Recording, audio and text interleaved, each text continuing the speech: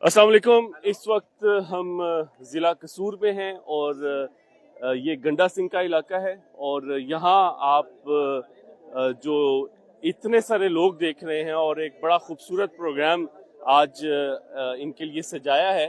और ये प्रोग्राम क्या है, क्यों है, ये कौन लोग हैं? इकरामुल हक सुबहानी साहब, इकराम भी आप अगर यहाँ आ सकें, और अबू बकर साहब जो अल-खिदमत कसूर की जिम्मेदार हैं।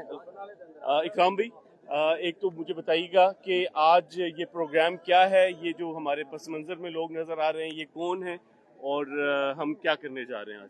बहुत शुक्रिया मोहतरम शोएब हाशमी साहब। आप जानते हैं कि 28 अगस्त से शुरू होने वाला मानसून के नतीजे में जो सैलाब था और दरियाए सतलुज का जो सैलाब है जिसने मुल्क भर में तबाही मचाई ही है, उसका आगाज यहाँ जिला कसूर गंडा सिंह के मकाम से होता है। ये वो मकाम है जहाँ से वो दरिया दाखिल होता है, बिल्कुल दाखिल हुआ है। और बिखर हुई मौजों ने यहाँ पर आकर जो तुग़यानी और यहाँ पर जो तबाही मचाई है उसके नतीजे में ज़ाहिर है कि ये पानी आगे भी गया है। तो ये वो सबसे ज़्यादा सैलाब से मुतासरा इलाका जिला कसूर गंडा सिंह के मुतासरीन हैं, जिनकी ज़ाहिर है कि 28 तारीख से हम रेस्क्यू की सूरत में 4 मोटर बोट्स हमारी यहाँ मौजूद थी कि जिसकी मदद से हम लोगों को रेस्क्यू भी करते रहे हैं। और जो अंदर महसूर थे लोग उनको खुश्क राशन और तैयार खाने की सूरत में, उनके जो जानवर पे बड़ी तादाद में जानवर मौजूद थे उनको चारे का एहतमाम करते रहे हैं।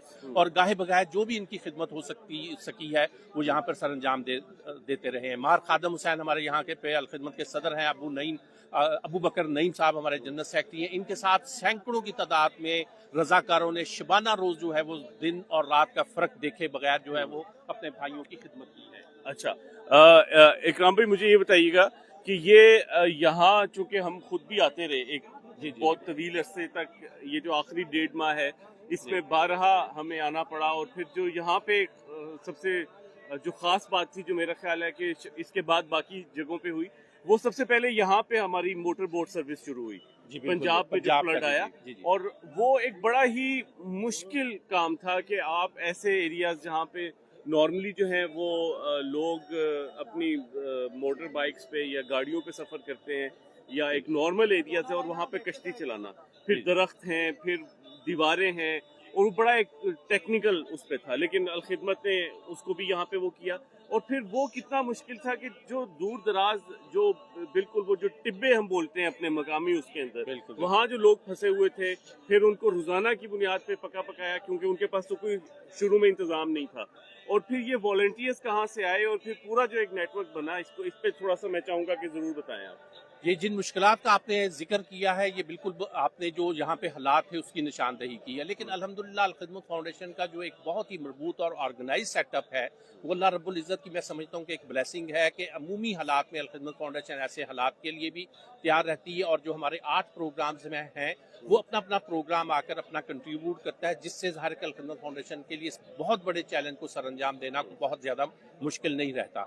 मसलन रेस्क्यू का अगर काम है, हमारे डिजास्टर मैनेजमेंट में 3R हम कहते हैं, रेस्क्यू, रिलीफ एंड रिहेबिलिटेशन। तो रेस्क्यू की पानियों के अंदर रेस्क्यू करने के लिए, मोटर बोट चलाने के लिए अमूमी हालात में जो है वो ट्रेनिंग्स का एहतमाम होता है। तो वो ट्रेंड वर्कर्स जो है ज़ाहिर है कि वो अपना काम सरअंजाम दे रहे होते हैं। रेस्क्यू की ट्रेन टीमें जो है वो अपना काम सरअंजाम दे रही होती हैं। तैयार खाना और राशन की तैयारी के हवाले से जो हमारा कम्युनिटी सर्विसेज का प्रोग्राम है वो आगे बढ़ता है, वो अपने फ़राइज़ सरअंजाम देता है। इसी तरह से इस खास तौर पर फ्लड में एक बहुत अहम मामला ये होता है कि इर्द गिर्द का सारा पानी, एक तरफ तो पानी की फरावानी ही नहीं होती बल्कि तुग़यानी होती है, लेकिन दूसरी तरफ जो पानी का पीने का पानी जो साफ पानी है वो मुयस्सर नहीं होता। वो सारा पानी जो कंटेमिनेट हो जाता है, रिजर्वायर जो है वो ज़ाया हो जाते हैं।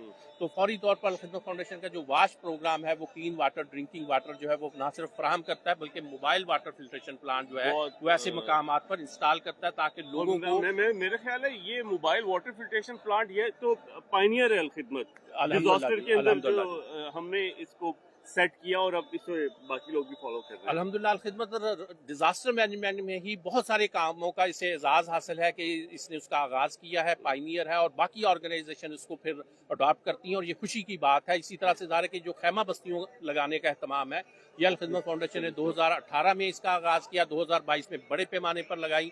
और इस डिजास्टर में हमें ये देखकर खुशी हुई कि दीगर ऑर्गेनाइजेशन ने भी उस मॉडल को अडॉप्ट किया और ज़ाहिर है कि जो बहुत मुश्किल और कठिन हालात में लोग थे उनकी जिंदगियों में कदर आसानी हुई। एक राम भाई आपसे, क्योंकि अबू बकर भाई से भी मैं खास तौर पे इन लोगों के हवाले से جو ہمارے آج کے اور اس سارے کام میں جو ہمارے لیے آسانی پیدا کرتے رہے ہمارے ڈونر حضرات، مخیر حضرات، جو خود آ سکا میدان میں، خود آیا، ہمارے ساتھ چلا، کچھ نے اوبیسلی جو ضروریات زندگی تھیں وہ پہنچائیں، تو ان کے بارے میں کوئی آپ کچھ کہنا چاہیں تو؟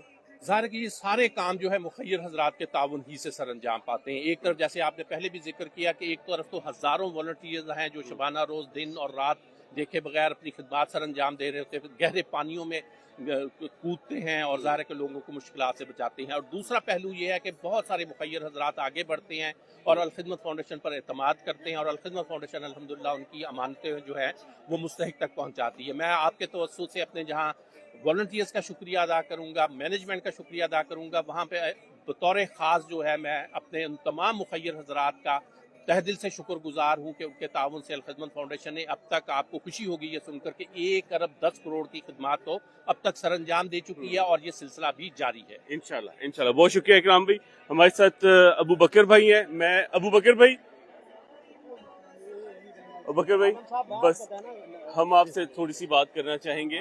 ایک تو بتائیے گا کہ یہ کم و بیش میرے خیال میں یہ ہزاروں کی تعداد میں ہی لوگ ہیں، تو یہ ایگزیکٹلی آج کتنے لوگوں کے لیے ہم لوگوں نے پروگرام آج جو ہے نا ہم نے 2000 لوگوں کے لیے جو ہے نا یہ اور ہمیں تھوڑا سا اس کے بارے میں ضرور بتائیے گا مختصراً، کیونکہ جاوید قصوری صاحب بھی ابھی تشریف لے آئے ہیں، کہ یہ لوگوں کو ہم سلیکٹ کیسے کرتے ہیں، ان کو یہاں تک لانے کا، اور پھر اتنا نظم و ضبط کیسے ہے. نارملی اتنے بڑے پروگرامز جو ہیں اس میں تو بڑی ایک جسے کہتے ہیں بھگدڑ مچ جاتی ہے، لوگ اتنے آرام سے سکون سے نہیں بیٹھتے، تو اس کا کیسے میکنزم بنایا؟ اس کا جو ہے نا ہمارا ہر جگہ نیٹ ورک موجود ہے.